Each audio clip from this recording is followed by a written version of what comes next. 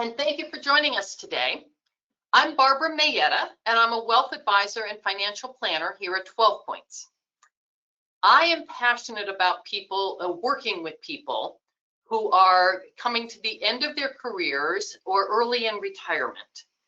And I love working with people in this stage because they're starting anew.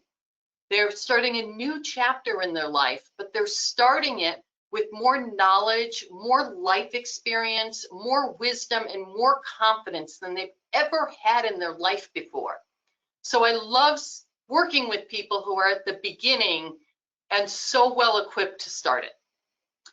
But when we work together, we need to not just think about what we're doing as we're starting into retirement. We also need to give some thought as to what retirement's going to look like as time goes on, as potentially disease or just plain growing old and the body not working as well as we'd like it to starts to happen. And that's when we start talking about long-term care and how we're going to pay for it. And planning for that early, even before you get to retirement or when you're very early in retirement, can help you financially later in your life.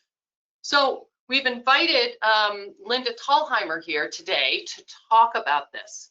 One thing I will add before I introduce Linda is that I am the proud owner of a hybrid long-term care insurance policy that Linda sold me a while back. And the day I went home and told my 20-something son about this, he thanked me because now he doesn't have to worry about how we're going to pay for mom when she's, gets a little bit older. No, a lot older. Let's be clear on that. So Linda has been working with long-term care insurance for over 25 years. She is a national expert in long-term care planning. She's licensed in almost every state, just a wealth of knowledge. And one thing that I will also point out about her practice is that she doesn't just sell insurance. She is there to help you when you potentially want to go into claim. She'll help all of her clients and people who aren't even her clients to get that claim approved, which, sometimes can be a handful. There's a lot to know about how to do that. So she is there for her clients from the beginning until they're actually using the product. And I love her for that because that's something really, really important when you're purchasing long-term care insurance. Thank you and welcome. Thank you for being here, Linda. Thank you. I'm very excited to talk about long-term care. It is a complete passion of mine. And it's really because most of us would not be surprised if we lived into our 80s or 90s. In fact, most of us would be very disappointed if we didn't make it into our 80s or 90s. And we are not surprised that when we make it into our 80s or 90s, or hopefully to 100 or beyond, when people need some help in home care, assisted living, adult day health, or potentially even nursing home. So living a long life is truly a near certainty now. Planning for it becomes a necessity. So how does long-term care insurance begin? And it's important to understand that long-term care insurance requires either a physical or a cognitive impairment. Now, the physical aspect to qualify for long-term care is when you need help in 2 out of 6 daily living skills. And those are bathing, dressing, toileting, transferring, which means moving from a bed to a chair, continence or feeding oneself from the table to your mouth. So it's more like a Parkinson's or a blindness that would typically impact the feeding. Or a severe cognitive impairment requiring substantial supervision. So it's not when you can't manage your schedule or can't drive or can't cook. It's truly when there comes a time that someone says, I don't feel comfortable leaving, mom in the house for more than a few hours at a time because I'm not really sure what she'll be doing. I don't know if she wakes up in the morning and will take a shower or will put her clothes back on again or leave the refrigerator door open or try to make coffee and the water's going to be all over the floor, or leave the house and not find her way home. So Linda, that's applying for your benefit.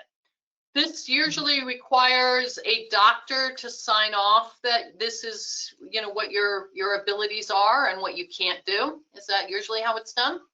So typically what happens is that medical records will be requested. So I always encourage people that when you go into claim to make sure that your medical records are accurately and completely documented, so that the underwriters who accept the claim look at the medical records and say, slam dunk, this person needs to be in claim, and the claim's approved very quickly. Just as a general rule, medical records are not very complete and oftentimes inaccurate, so that when medical records go into underwriting, somebody could be denied, not because the insurance company doesn't want to approve you, but because the medical records aren't clear and unambiguous. So I always tell people, make sure that the medical records are clear. Make sure that when you're discharged from rehab, the rehab therapists don't check goal met, goal met, goal met, and that if you require still some level of assistance or supervision, that is in the discharge summary. So the underwriters are looking for consistency from the doctor's notes to the discharge plan and to any caregiver notes that you're using at that time. So I've been doing claims for over 9 years now, and every single one of them has processed on time, and every appeal I have done for someone coming to me asking for help has also gone through with paybacks as far as a year, you know, for these policies that got denied, and they were all due to poor documentation going into the insurance company. All right, so when do you get long-term care insurance? Well, the truth of the matter is we are healthy until we're not. And we are not surprised when somebody has a car accident, whether they get diagnosed with Lyme disease or chronic Lyme or chronic COVID or a metastatic cancer. We're not surprised. We are sad, but we're not surprised.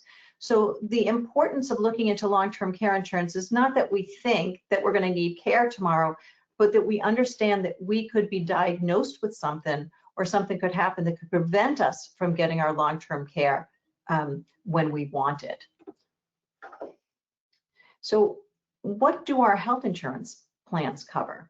Well, health insurance is a skilled medical plan. So it covers doctors and nurses and therapists and medications, and it pays for skilled home care, and it will cover a very, very small amount of custodial care while you're receiving skilled care in the home. But generally speaking, there is really no custodial care or long-term care covered by health insurance, Medicare, or Medicare supplements. So what does the government pay for? The government has a program called Medicaid, and I can help you remember the difference between Medicare and Medicaid. Medicare is medical care. Medicaid, look at those last 3 letters. It's when all investments are depleted.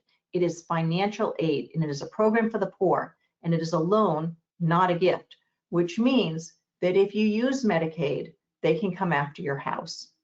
So and you can't just get Medicaid until you qualify. So that means you spend down your assets.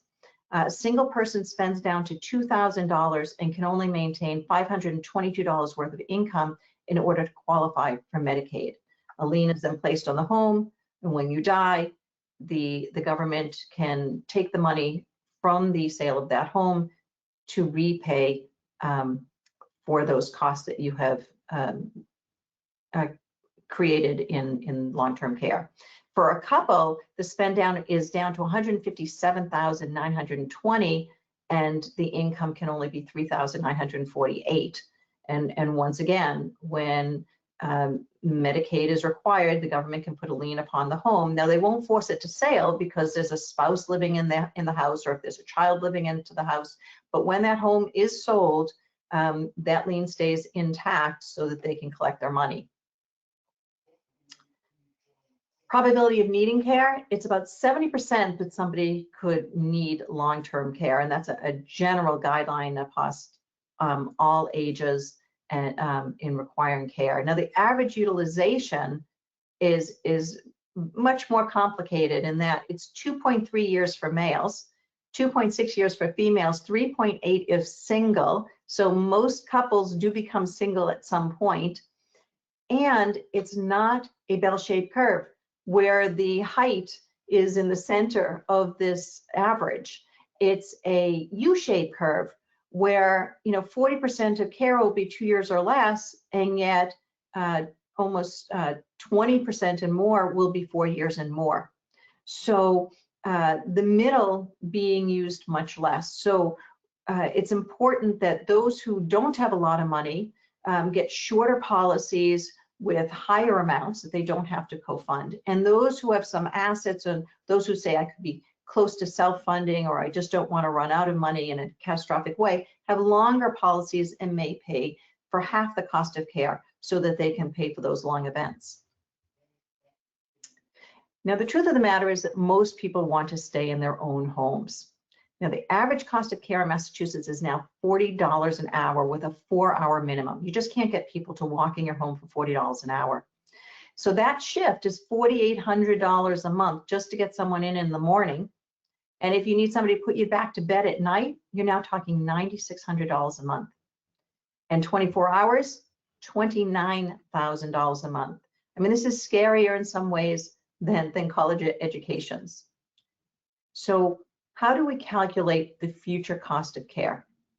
If we look at home care, $4,800 a month, or 2 shifts at $9,600, we can also look at assisted living, because most people, when they leave home care, will go to assisted living because home care becomes too expensive. So that's about $8,000 a month.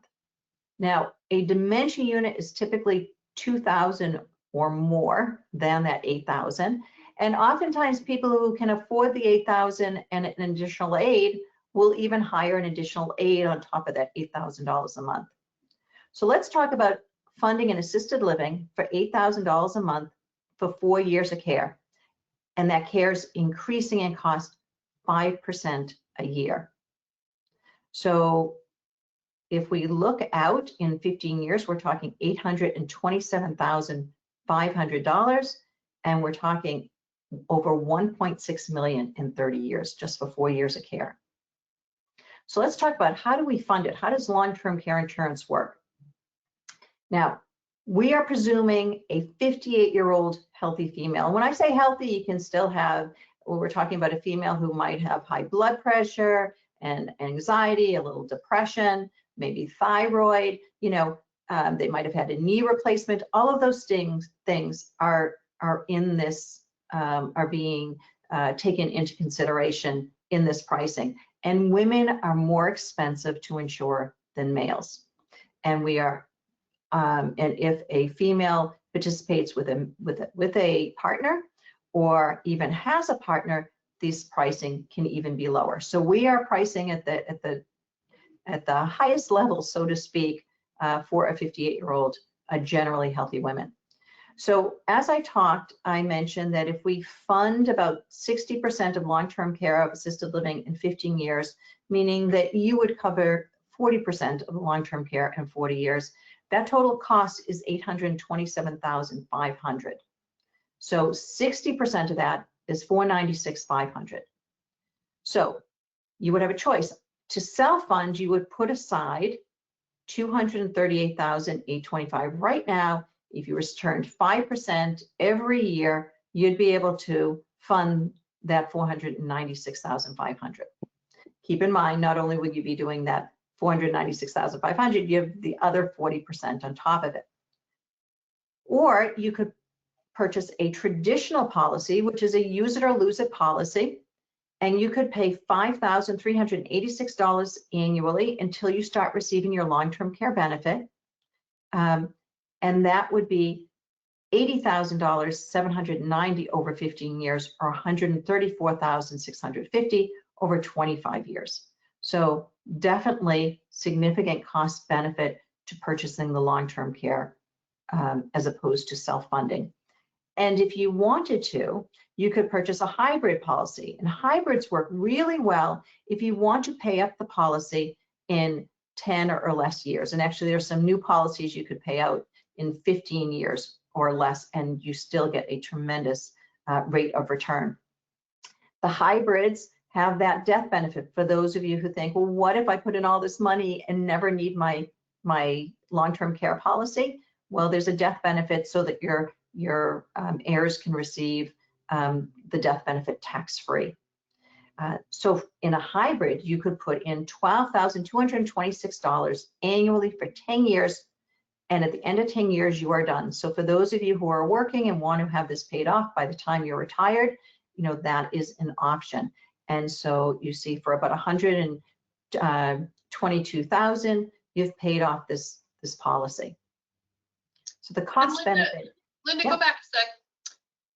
I know that you and I often talk about, okay, so, well, not everybody can afford quite this amount, but you can take these policies and adjust them to how much can we pay, and that just adjusts down what your total payment or your total benefit will be, but better to have some benefit than no benefit.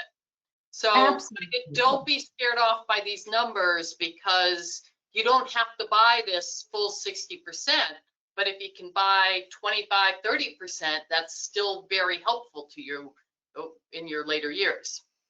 Absolutely. Remember, this is all about leveraging the money that you have. When you need long-term care, you don't get to say, oh, gee, I can't afford it. I mean, you're just going to spend down all your assets because you need the care. So anything you've done to leverage even a portion of your money to make more money available tax-free when you enter into a long-term care event is a good thing. And I always tell this story because it just really resonates, this thought, is that I had a couple come to me, and the wife said to me, my mother was so forethoughtful. I just can't imagine that she actually thought about long-term care insurance. And it has been absolutely incredible. And she had just raved about her mother. And I came to find out that it was just $50 a day. Now, I have never sold a $50 a day policy in my entire 25-year career. But they were so excited. And first I thought to myself, $50, what did that do? It was just 25% of the cost of care at that time. And then it dawned on me, this was still $18,000 a year that was coming in from the insurance company. And how many of us buy an article of clothing, get to the register, they tell us it's 25% off, we save $10 and we are smiling all day long. Imagine saving $18,000 a year. And in these cases, where we are talking much, much higher than $50 a day, tens of thousands of dollars more each year against the cost of care.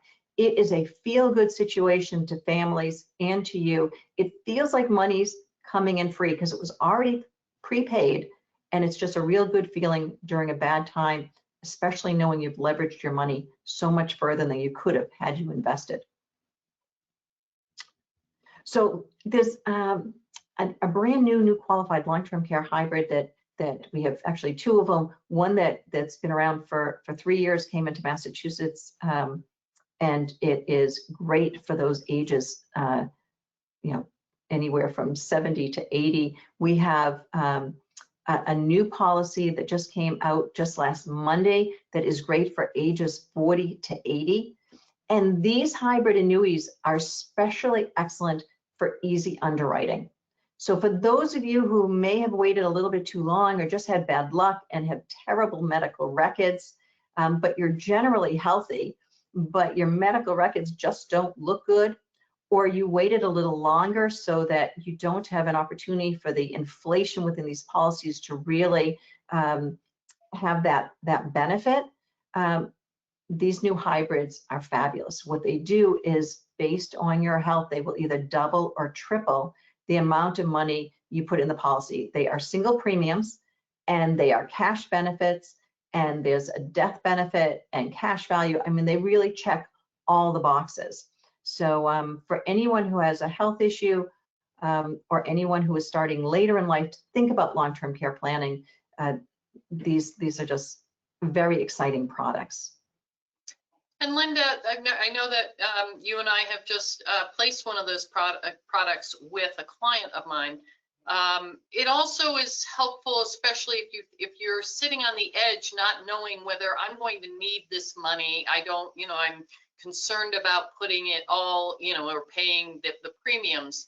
on a regular policy, I can put like $100,000 into this. It immediately becomes $200,000 or $300,000 worth of long-term care if I need it. But if I don't need it, I still own the $100,000 I put in, along with whatever growth it's getting.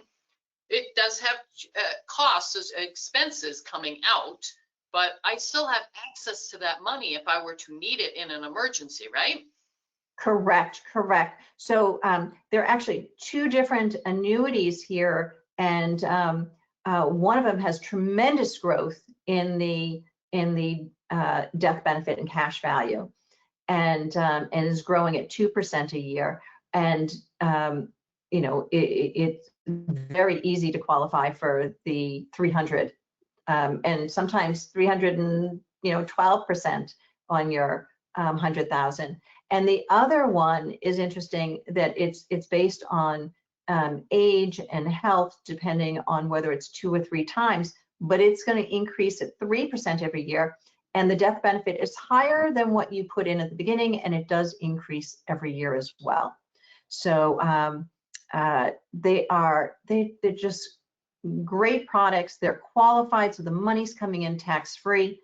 And if you have an annuity, you can do a 1035 exchange. So all those gains within an annuity that you already have, you can transfer into this annuity and not pay taxes on those gains and still be taking out the long-term care tax-free. I mean, it's a win-win-win. Great, thanks. And this is what I was talking about, just, you know, it's like having a sale. Small policies have value. Even 25% off feels real good when you're paying lots of money. So let's talk about government incentives. I just mentioned that the benefits are received tax-free on these qualified long-term care policies, and the premiums may also be tax deductible. So if you have an HSA account, a health savings account, you have age-based deductions. So a 58-year-old would have $1,800 a year to deduct, and by the time you are 61, you have $4,800 available to deduct on the premium each year, and it goes up again at 71. If you're self-employed, it is no longer age-based. You can take, well, I'm sorry, it is age-based, but you can also take it for a spouse, like with your HSA accounts. If you're a C Corp, there are no age-based limits. So a lot of exciting options to be able to take the premiums as a tax deduction and still receive the benefits tax-free. So I also want to mention one other government incentive that I failed to mention, and that is that we live in Massachusetts, and in Massachusetts, we have what's called the Mass Health Lien Law. And in that spend down of assets, when I told you that they would attach a home if you go onto Medicaid, and then they'll take the money from your home, Mass Health Lien Law says that if you have a traditional policy of just minimal value, then you can protect your home such that the lien will be placed, but when you die, the lien is lifted, so that you can protect over $1 million in a primary home in Massachusetts with just a small traditional policy. So, you know, for couples, it could be like $100 a month for a 60-year-old. So we're talking very, very little money to protect a home in Massachusetts. And if you think if you are in another state, say Rhode Island, for example, or New Hampshire or Florida, those states have what's called partnership, and with a traditional policy, the protections are dollar for dollar. So if you have $1 coming in from your long-term care policy, you protect $1 of your estate against that Medicaid spend down. So some additional government incentives to help people or motivate people to buy long-term care insurance, because the government does not want to be spending money on Medicaid. It is the second largest expenditure besides education in the United States. So we can open up for questions. So looking at, if you guys can want to type any questions in, I have one here. What is the best age to buy long-term care insurance? So that is always my favorite question, because long-term care planning has less to do with age than finances. So, and the reason I say that is that the whole concept behind long-term care planning is to be able to protect your assets and provide yourself with quality and choice options. So as soon as you talk to your financial advisor and your financial advisor says you are on the right path, and if you continue the way you are going to continue, you will be self-sufficient and able to retire. That's the time to be thinking about long-term care. And some 30-year-olds can say that.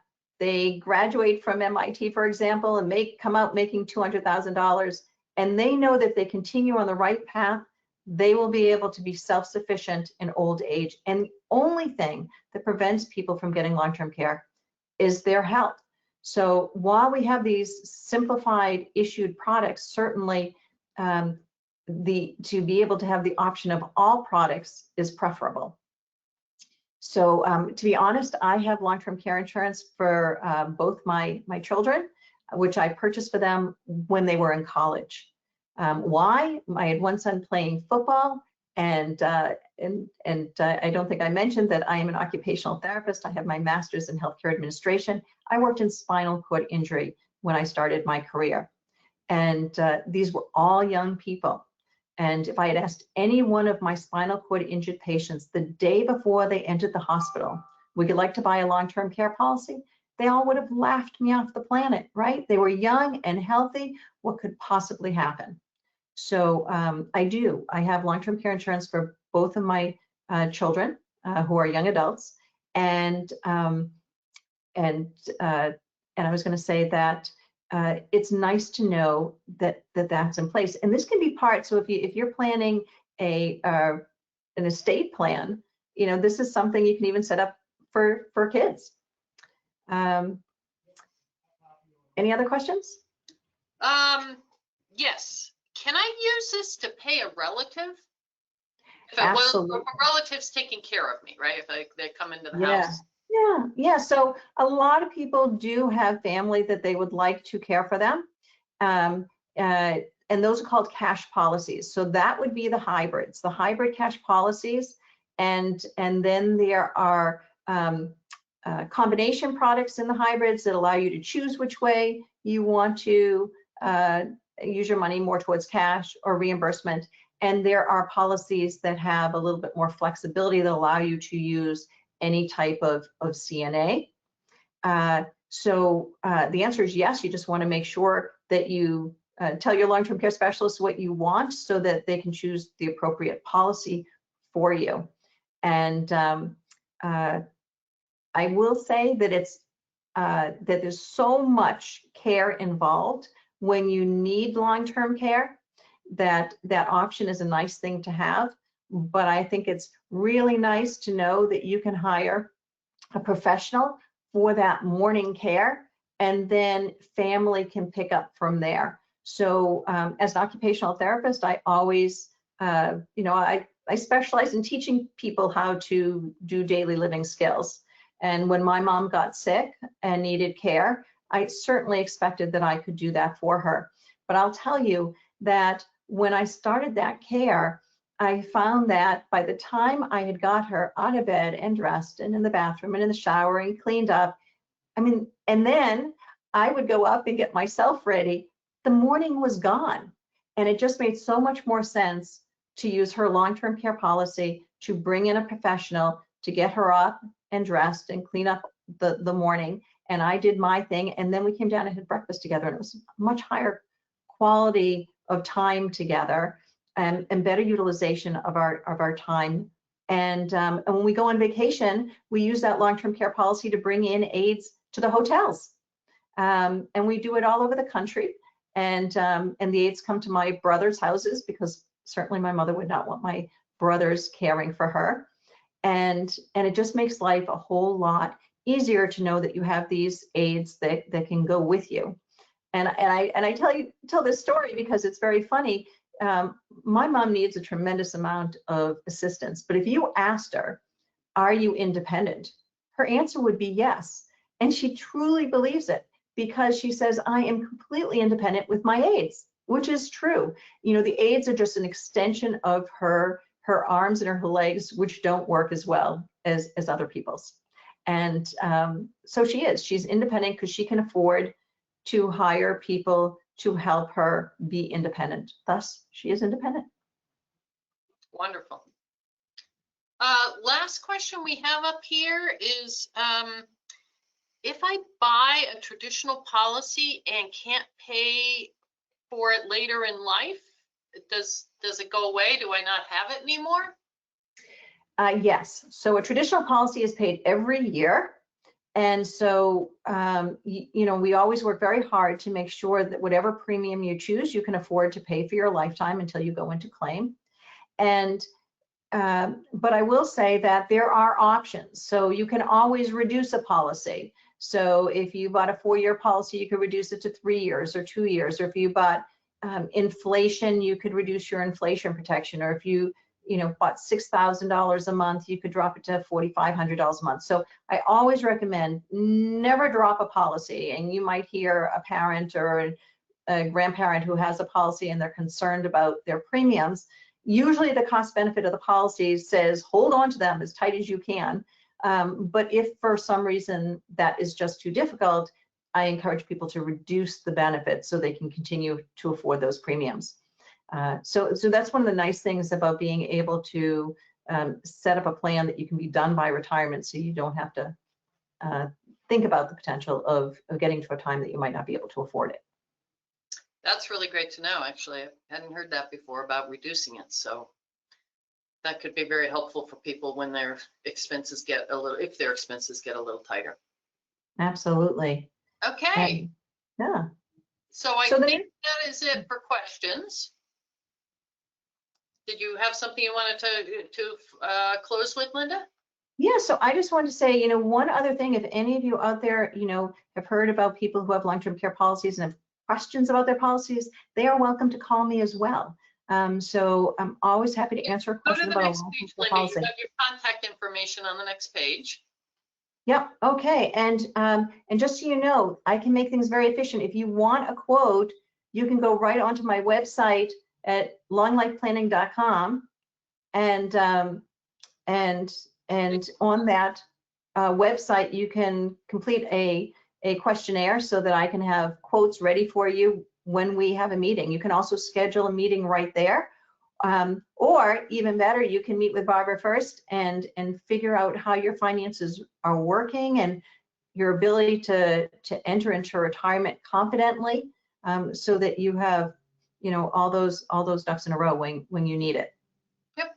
Or work with if you already have a financial advisor. It's always good to know what you can afford, so you don't get into a situation where later in life you might find yourself not able to pay for it, and figure out what the best way of paying for it is. And that's always very important. But you have all the contact information there if you're interested in more information.